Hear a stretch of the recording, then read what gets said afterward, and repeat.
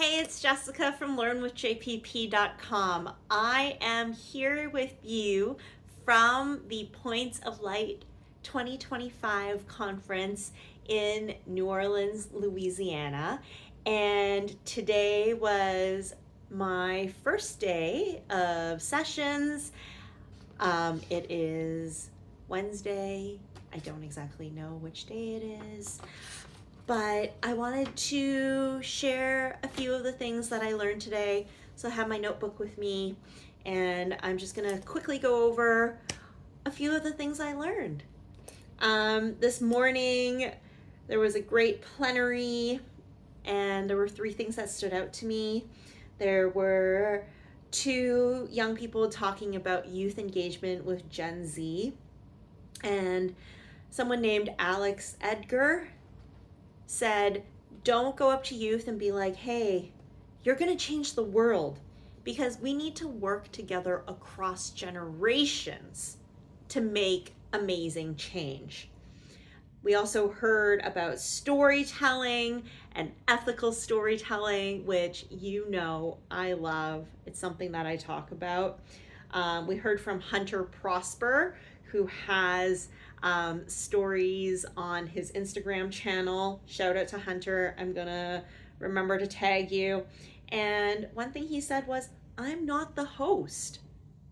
I'm really there to listen. So he has a 2 to 3 minute video, but it takes 2 to 3 hours of building that trust with that person to get their story. And his advice was, don't get caught up in virality. Give the person you're listening to the time and space to share. We also heard about corporate engagement from UPS and Big Brown, one of their drivers who's done so much in the world of volunteerism and philanthropy.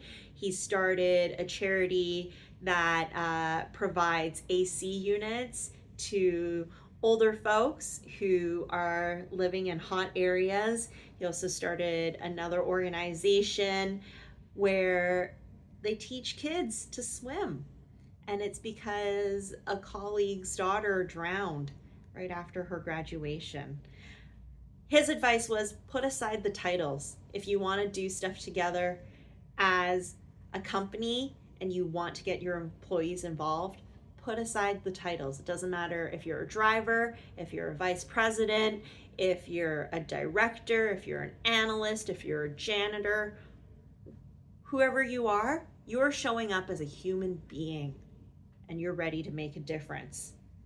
The next session I went to was from a couple folks from LA Works, and they were talking about turning corporate days of service from one-time projects to partnerships. And that was so cool. They definitely use the framework of corporate engagement to build their revenue.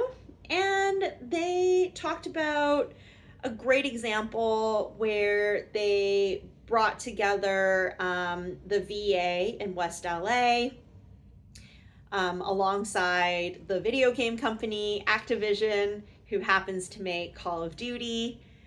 Those folks went in from Activision and they paid for a caterer to serve meals to everybody. They sat down and they had lunch with the veterans, and they talked about things like Call of Duty, right? Those folks wanted human connection, meaningful connection. And the employees from Activision, they also did some building of garden beds, right? And that was a real impact. That was meaningful. They also gave an example of something that didn't work out as well. So they took that, they shared their framework of, you got to assess needs, you got to communicate expectations, develop activities to address those needs, standardize processes to produce those one-time event, which is kind of your gateway, right? Make sure you communicate before, during, and after, and then debrief and evaluate. And that leads to really the concept of social capital and how you can have that continuity in the social capital. And continuity comes hand in hand with contribution, clarity, and connection. Went to a couple more sessions. I went to Nyla Herbert and Beth Steinhorn's session.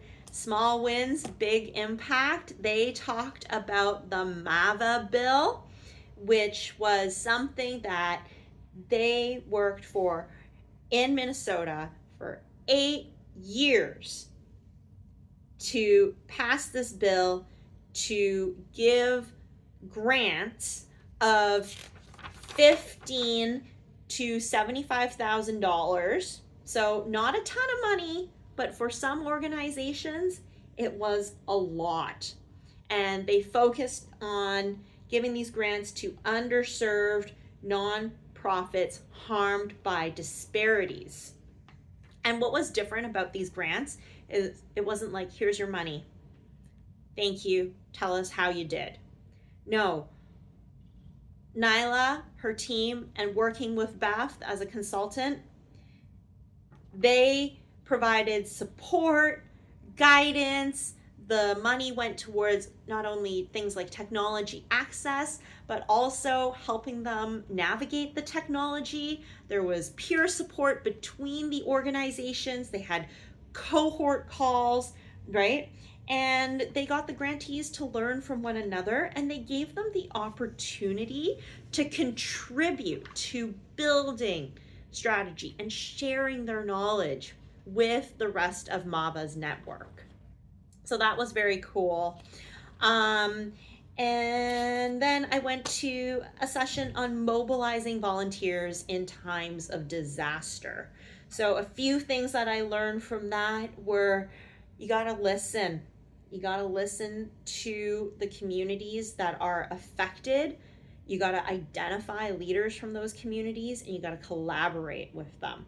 And one thing you can do, because the first 72 hours after a disaster, they're really important, and lots of people step up to help.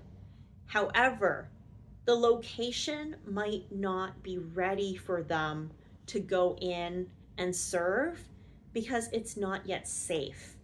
And there's folks who need to get in there, make it safe, plan out how volunteers are going to serve.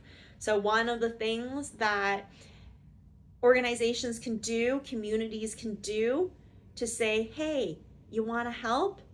In the first 72 hours when people are excited, they need to be ready to mobilize people to counter misinformation that goes out about that disaster. So that's very cool. Also learned a little bit about the recovery process and how to work in the framework of responsible storytelling. And one of the speakers on this panel said, you really need to focus on the hope rather than the tragedy. And that very much aligns with some of the work that I've been doing on storytelling. And finally, one of the panelists, they said something that really resonated with me. In disaster response, you don't want to go in as a nonprofit, as a community organization, and create another disaster, right? Really think about, are you complementing this response and what the community is already doing, or are you hurting? Because if you're bringing people in, if you're doing things and you're going in and you're not familiar, you don't know what's already happening there, the people you bring in, the resources you bring in, well, they need support as well. They need food, they need fuel. And if you can't go in and be self-sustaining while supporting the community, you need to rethink that. So that was also a really cool example. And as you know, our world, climate change is real. there's going to be more and more disasters. And kind of the call to action I got from this final session that I went to today was, you might not be part of disaster response yet. You know, it might be blue skies where you live and work and play, but blue sky days are the days you got to plan and you've got to be ready. And every single one of us can offer something to disaster response. So let's think about that. Let's connect with the local governments, the organizations, the leaders, right? Whether they're faith based, whether they are culturally based. Does your organization have a disaster plan? Something to think about, right? We're here in New Orleans. Hurricane Katrina was 20 years ago. It was lives were lost. I think over 2,000 lives, and that's very sad. And if that were to happen in your community, how could you help? Start planning on a blue sky day for those rainy days. So thank you so much. I may or may not be back tomorrow with more of what I've been learning at Points of Light. It's Jessica from learnwithjpp.com. See you next time.